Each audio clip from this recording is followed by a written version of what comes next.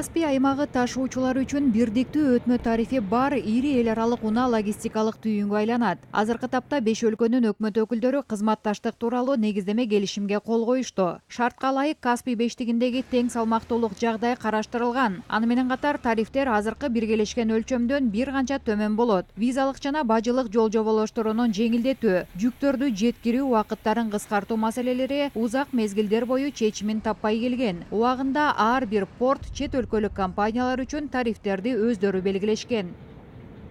Впоследствии будет, конечно, снижены и тарифы на перевозку грузов. Это очень Кийинчерээк жүктөрдү ташууга арналган тарифтер төмөндөтүлөт, өтө эффективдүү болот. Себеби порттогу чогултуулар бардык тарифтин 40%-ын түзөт. Бул келишимден 5 мамлекет тең утат, эч ким утулбайт. Аны менен бирге бул келишим транзиттик ташуулардын өнүгүшүнө таасир берет. Будет влиять и на развитие транзитных перевозок.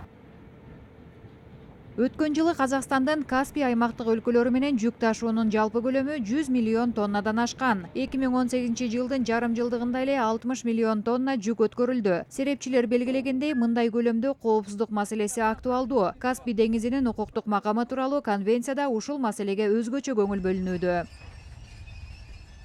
Только прикаспийские страны имеют право на основе этой конвенции вести. Ушул конвенциянын негизинде Каспий аймактык мамлекеттери гана аскердик саясий ишмердүүлүк жүргүзүүгө укуктуу. Аймакка кирбеген өлкөлөрдө мындай укук болбойт. Ушундай жагдайда Каспий бештиги өз кызыкчылыктарын белгилеп ачыктап алат. Маанилүү аспектилердин бири Каспий түбүн сектор эрежесинин негизинде бөлүү. Башкача айтканда, ар бир секторда деңиз аймактык мамлекеттери эксклюзивдүү экономикалык жана чарбачылык кызматын жүргүзөт. Эксклюзивную экономическую, хозяйственную деятельность.